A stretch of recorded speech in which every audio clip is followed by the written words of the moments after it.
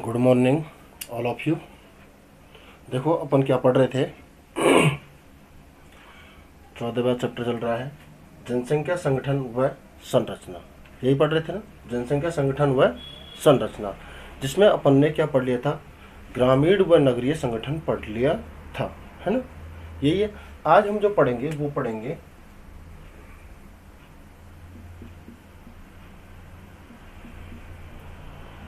लिंगानुपात। क्या पढ़ेंगे जी? लिंगानुपात। स्त्री पुरुषों का अनुपात क्या कहलाता है? लिंग अनुपात। क्या कहलाता है? लिंग अनुपात। अपन विश्व वाले में पढ़ चुके थे भाई, दोनों सूत्र पढ़े थे, यहाँ भी चर्चा करेंगे। तो स्त्री पुरुषों का अनुपात क्या कहलाता है? लिंग अनुपात। क्या कहलाता है? लिंग अनुपात। यह 1000 पुरुषों के पीछे स्त्रियों की संख्या को क्या कहा जाता है? लिंग अनुपात कहा जाता है। क्या कहा जाता है?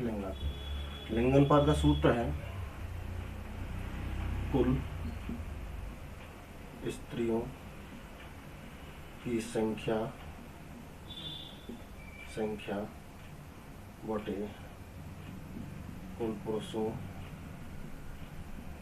की संख्या इंटू 1000। ऊपर स्त्रियों की संख्या आ जाएगी और नीचे किसकी आ जाएगी? पुरुषों की। इंटू क्या हो जाएगा? 1000 हो जाएगा। यहाँ तक कोई दिक्कत है? विश्व में अपन ने ये इसका उल्टा पढ़ा था, पुरुषों की संख्या ऊपर पड़ी थी और स्त्रियों की संख्या क्या पड़ी थी? नीचे।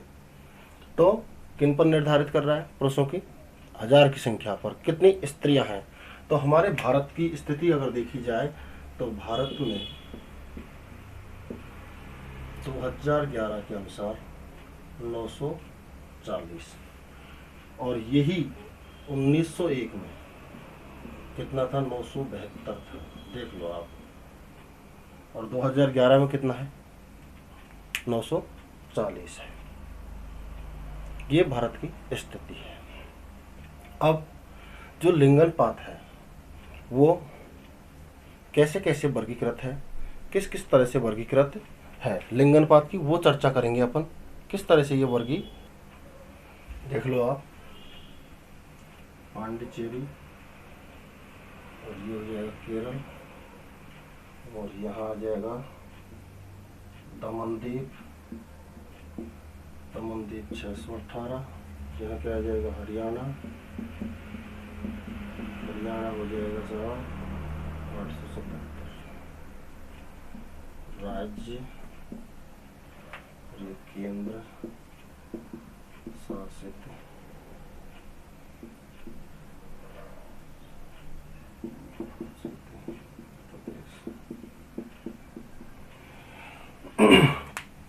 देख लो क्या स्थिति है।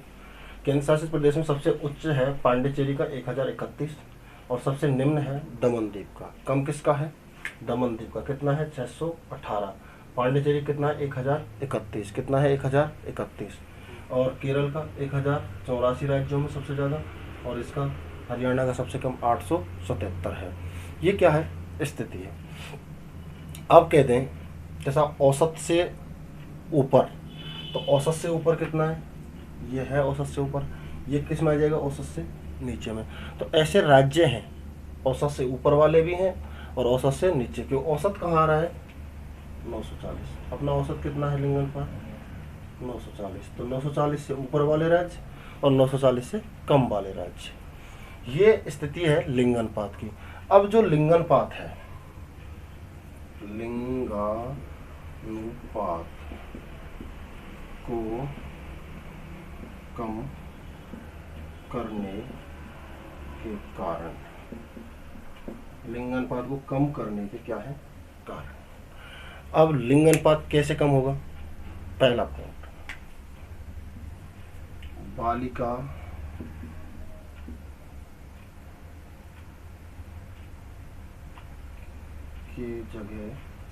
बालिका की जगह पर तुलना में बालक की प्राथमिकता। दूसरा है बाल विवाह। देखो एक एक दो दो पॉइंट पढ़ते हुए चलेंगे अपन। बालिका की जगह बालक को प्राथमिकता देना कैसे भाई? आज तकनीकी का दौर है और तकनीकी के दौर में पहले ही पता लगा लेते हैं बालिका है या बालक है। तो उस स्थिति में क्या करते हैं, अगर बालिका है तो क्या करवाते हैं, डीएनसी वगैरह करवा देते हैं, और बालक है तो जन्म।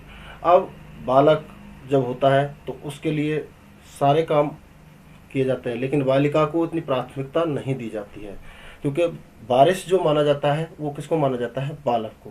क्योंकि भारत में पितृत्मक शासन व्यवस्था होने के कारण एक पिता का जो उत्तराधिकारी माना जाता है वो बेटे को माना जाता है, इसलिए बालक की क्या दी जाती है, प्राथमिकता दी जाती है। इससे आगे बाल विवाह, देखो बाल विवाह से कैसे कम हो रहा है। बाल विवाह यदि किया जाता है तो कम उम्र में बालिका क्या कर लेती है, गर्भ धारण कर लेती है, और जब गर्भ धारण कर लेती है तो वो पूर्ण रूप से उस बच्चे को क्या नहीं कर पाती है, पोषित नहीं कर पाती है। और बच्चा उत्पन्न जब होता है, पैदा जब होता है, उस स्थिति में बालिका की स्थिति क्या रहती है, कमज़ोर रहती है, और वो क्या कर लेती है, उस स्थिति में वो मृत्यु के कगार पर पहुंच जाती है। क्यों? क्योंकि वो उसकी जो क्षमता है वो पूर्ण नहीं हो पाती है, उसका जो शारीरिक विकास है वो क्या नहीं हो पाता है, पूर्ण नहीं हो पाता है। उस स्थिति में वो क्या करती है भाई, बीमार रहेगी या पूर्ण रूपेण बच्चे को जन्म नहीं दे पाएगी।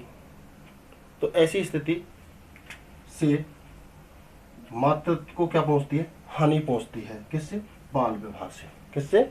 बाल विवाह से किसको पहुंचती है, मातृत्व को हानि पहुंचती है।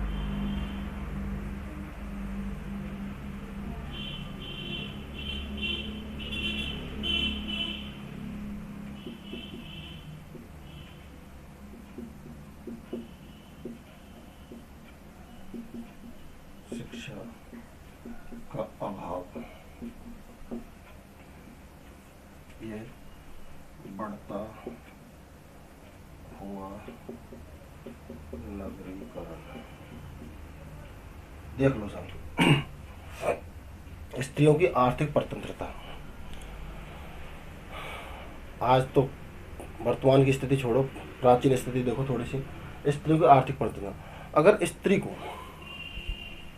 स्त्री को कोई वस्तु लेनी है, खरीदनी है, कुछ करनी है, तो वो किस पर आश्रित रहती है, पुरुष पर आश्रित रहती है। पुरुष पर आश्रित रहती है किसके लिए, दर्द के लिए, और वो पूर्ण रूपेण उससे कह नहीं पाती है, और सारी चीज़ें क्या करती रहती है, सहन करती रहती है। तो ये क्या कहलाएगी, आर्थिक स्वतंत्रता। फिर क्या है, स्त्रियों की शिक्षा का अभाव। स्त्रियों को देख लो आप, उच्च एजुकेशन के लिए, जैसे गाँव में मान के चलो स्कूल है, 8वीं तक है तो 8वीं तक पढ़ी और बैठा दी बालिका को, लेकिन उस बालिका को उच्च शिक्षा के लिए बाहर पढ़ाना चाहिए, लेकिन ऐसा नहीं किया जाता है, क्योंकि बाहर भेजने को कोई राजी नहीं होता है। तो बालिका उस शिक्षा से क्या रह जाती है, परे रह जाती है। तो उस शिक्षा का क्या रहता है, अभाव रहता है। यदि बालिका को शिक्षा दी जाए तो उससे कम से कम नहीं तो 2-3 पीढ़ियाँ क्या होती हैं, परावर्तित होती हैं, लेकिन ये नहीं है। और आज वर्तमान में इसमें क्या है, धीरे धीरे क्या होता जा रहा है, सुधार होता जा रहा है। बढ़ता हुआ नगरीकरण, बढ़ते हुए नगरीकरण में लोगों की जो स्थिति है उसमें क्या आ रहा है, चेंजिंग आता जा रहा है। चेंजिंग आता जा रहा है। क्या स्थिति हो रही है कि भाई गांव से जो लोग हैं वो कहाँ की तरफ बढ़ रहे हैं, नगरों की तरफ बढ़ रहे हैं। अब जब नगरों की तरफ बढ़ेंगे तो नगरों की स्थिति क्या होगी, लिंगानुपात क्या होगा, बिगड़ेगा। लिंगानुपात क्या होगा, बिगड़ेगा। भाई लोग वहाँ कहाँ बढ़ रहे हैं, नगरों की तरफ बढ़ रहे हैं। जब नगरों की तरफ पहुँच जाएंगे तो दूसरी जगह का जो लिंगानुपात है वो क्या हो जाएगा, अधिक हो जाएगा, और जहाँ पहुँच रहे हैं पुरुष वहाँ लिंगानुपात क्या हो, ऑटोमेटिक क्या होगा, कम, क्योंकि स्त्रियों की संख्या वहाँ पर पुरुषों की तुलना में क्या होगी, कम होगी।